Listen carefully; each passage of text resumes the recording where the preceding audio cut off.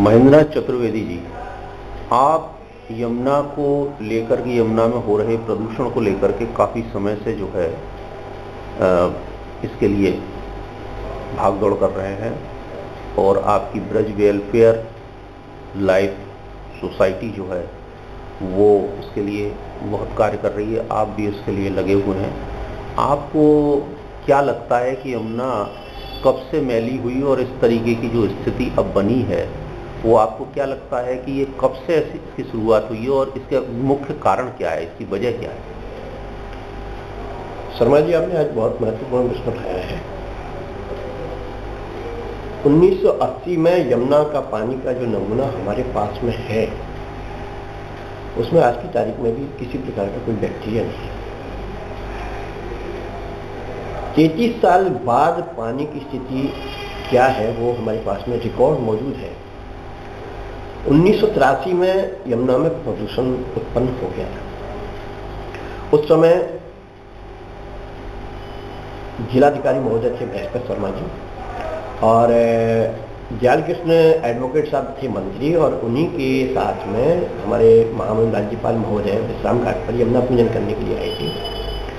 तो हमारी संस्था के उस समय के जो अध्यक्ष हैं डॉक्टर वासुदेव चतुर्वेदी जी, उन्होंने उनको यमुना पूजन कराया था। और उस यमुना पूजन में उन्होंने जब दक्षिणा लेने का समय आया तो उन्होंने एक संकल्प कराया कि मैं राज्यपाल सीपीएन सिंह मन वचन कर्म से यमुना प्रदूषण दूर करने का प्रयास करूंगा। इस संकल्प को लेकर के जब हमने एक पत्र उस समय की नगरपालिका को लिखा तो हमें बताया गया कि यमुना को शुद्धिकरण करने के लिए जल निगम द्वारा 18 करोड़ रुपए से 19 नालों को टेप करने की योजना बनाई गई। दुर्भाग्य कि उस समय राज्य सरकार के पास में ये छोटी सी धनराशि नहीं थी। ये किस सन की बात है? ये सन 1983 जनवरी 1983 में राज्यपाल महोदय आए थे और उसके बाद में हमने उनको जो पत्र लिखा था उसके पत्र की उत्तर जो है जो हमने उनको दिया था उसकी प्रतिलिपि आज भी हमारे पास में रिकॉर्ड के रूप में मौजूद है। इसके बाद हमने उनसे कहा कि आप हमें 2 प्रति यदि आपके पास कोई योजना है तो उसकी उपलब्ध करा दें ताकि मार्च में पुनः राज्यपाल महोदय आ रहे हैं तो हम उनके सामने प्रकरण को रख सकें। यमुना उस समय जो है सन 77 में यहाँ पे भयंकर पानी की एक क्राइसिस खड़ी हुई थी और उस क्राइसिस को दूर करने के लिए मथुरा में एक जल की योजना बनाई गई थी। 84 योजना के अंतर्गत बहुत से इसमें ट्यूबवेल बनाए गए थे। तो 84-83 तक आते आते यहाँ की पानी की समस्या का बहुत कुछ समाधान हो गया था, लोगों को घरों में पानी मिल रहा था। तो लोग यमुना की बात को भूल गए क्योंकि यमुना का जो पानी था वो आगरा के लिए रिजर्व था, आगरा की जल संस्थान के लिए। इसके बाद यहाँ पर राजेंद्र शुभघाट हुई और इसमें यमुना के ऊपर एक बैराज बनाने की परिकल्पना की गई। ये कहानी बढ़ते बढ़ते 1994 में जब आया तो उस समय एक हिंदुस्तान टाइम्स समाचार पत्र में एक आर्टिकल छपा था, news item AQFM, acquired flow Yamuna मैली। उसको लेकर के सुप्रीम कोर्ट ने 18 जुलाई 1994 में सुओ मोटिव केस के रूप में केस संख्या 725 AQFM जिसमें Yamuna versus central pollution control board and other करके केस रजिस्टर किया। प्रसिद्ध पर्यावरणविद मिस्टर MC मेहता साहब जो कि सुप्रीम कोर्ट में वरिष्ठ वकील थे, उनको मैग्सेसे पुरस्कार मिला था। इसलिए सुप्रीम कोर्ट ने उनको उस समय इसमें एमिकस क्यूरी के रूप में इस केस में उन्होंने रजिस्टर कर लिया। इसके बाद ये केस पिछले 19 सालों से माननीय सुप्रीम कोर्ट के सामने पेंडिंग है, जिसमें कि ऐसे भी समय आए हैं कि मात्र साल में एक साल से ज्यादा भी समय में एक तारीख इसमें पड़ी। तो अब क्या स्थिति है, वर्तमान में क्या स्थिति है? 27 फरवरी 2012 के बाद में ऐसा लग रहा है कि माननीय सुप्रीम कोर्ट वास्तव में इस केस में कुछ करना चाहता है। हमारी संस्था ब्रिज लाइफ एंड वेलफेयर के द्वारा इस केस में एक हमारी संस्था द्वारा की गई कार्रवाई की झलक हमने माननीय सुप्रीम कोर्ट के चीफ जस्टिस साहब को भेजी थी, उसके हाईलाइट अंश भी भेजे थे। तो उसका हमें उत्तर मिला था कि आप इस केस में पार्टी नहीं है, आपके ब्याह में कोई कार्रवाई नहीं की जा सकती है। आपको सलाह दी जाती है कि आप इस केस में विधिवत आवेदन करके पार्टी बन सकते हैं। इससे पूर्व भी हमें एक राय माननीय सर्वोच्च न्यायालय के रजिस्ट्रार महोदय से मिल चुकी थी इन दोनों रायों को हमने समाहित करते हुए हमने 21 अप्रैल 2012 को माननीय सर्वोच्च न्यायालय में पार्टी के रूप में रजिस्ट्रेशन कर दिया। लेकिन हमने जो 16 जनवरी 2012 को जो हमने पत्र भेजा था, उसके संदर्भ में माननीय सर्वोच्च न्यायालय ने अपनी एक स्थिति बना ली और उस स्थिति के आधार पर 27 फरवरी 2012 को जो पहली बार हमने माननीय सर्वोच्च न्यायालय का आदेश देखा तो हमें लगा कि वास्तव में अब सुप्रीम कोर्ट इसमें कुछ करना चाहता है। जो पहला कार्य इसमें हुआ है हमारी संस्था के ऐसे केस में रजिस्टर होने से पहले, लेकिन हमारी सुझावों के आधार पर कि यमुना, जिसमें कि केवल दिल्ली में पल्ला से लेकर के और निजामुद्दीन ब्रिज के बीच में 22 किलोमीटर की जो सीमा है, उसकी सुनवाई पिछले 18 सालों से हो रही थी। 27 फरवरी को सुप्रीम कोर्ट ने पहली बार इसको सीमा को बढ़ा करके हरियाणा, संपूर्ण दिल्ली और उत्तर प्रदेश में टिल आगरा, क्योंकि हमने एक आर्टिकल लिखा था अस्तित्व पर संकट यमुना और ताज, उसी पुस्तक में जो हमने माननीय सुप्रीम कोर्ट को भेजी थी। इसमें हमने लिखा था कि तत्कालीन मुख्य न्यायाधीश जस्टिस के.जी. बालाकृष्णन महोदय के अनुसार Yamuna no better than train की स्वीकार थी। अरबों का व्यय, देश की राजधानी जहाँ महामहिम राष्ट्रपति, अब तक कितना पैसा खर्च हो चुका होगा इस परियोजना में?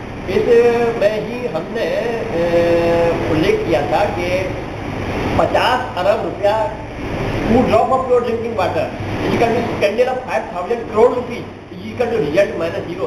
ये जिस समय महामहिम राष्ट्रपति महोदया 7 नवंबर 2009 को जब मथुरा में पधारी थी तो उस समय हमने प्रेस के माध्यम से एक ज्ञापन दिलवाया था, उसमें ये बात उठाई थी।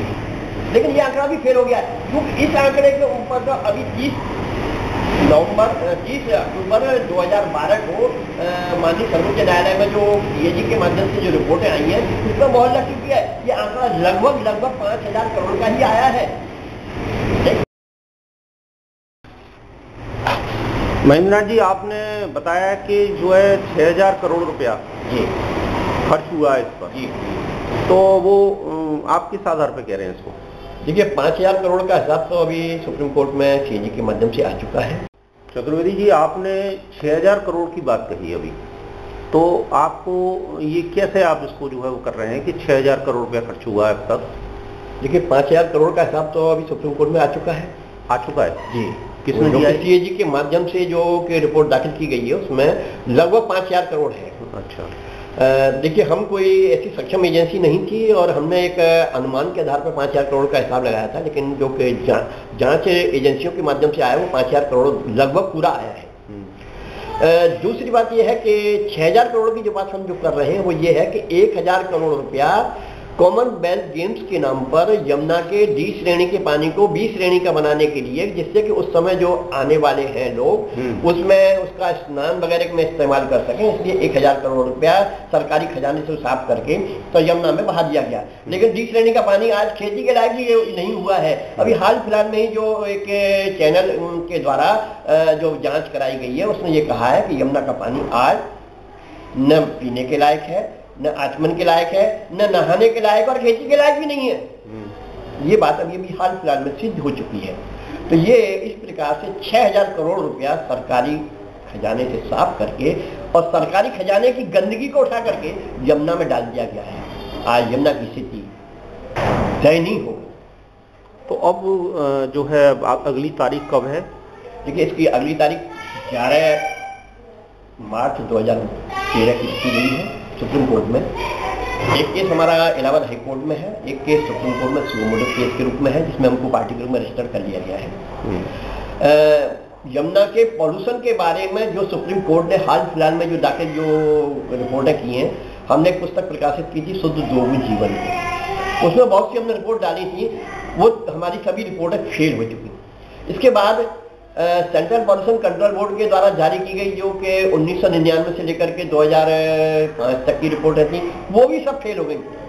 सेंट्रल पॉल्यूशन कंट्रोल बोर्ड के द्वारा जो हाल फिलहाल में जो रिपोर्ट दाखिल की गई है, जो कि सुप्रीम कोर्ट के न्यायाधीश महोदय ने अपने ऑर्डर में जिसका उल्लेख किया है, तो उसमें उन्होंने बताया है कि यमुना के पानी में बीओडी की मात्रा जो नदी का जो निर्धारित मानक है वो 3 mg लीटर है, जबकि हथिनी कुंड पर पूरे साल 1 mg लीटर से ज्यादा कभी भी नहीं होता है।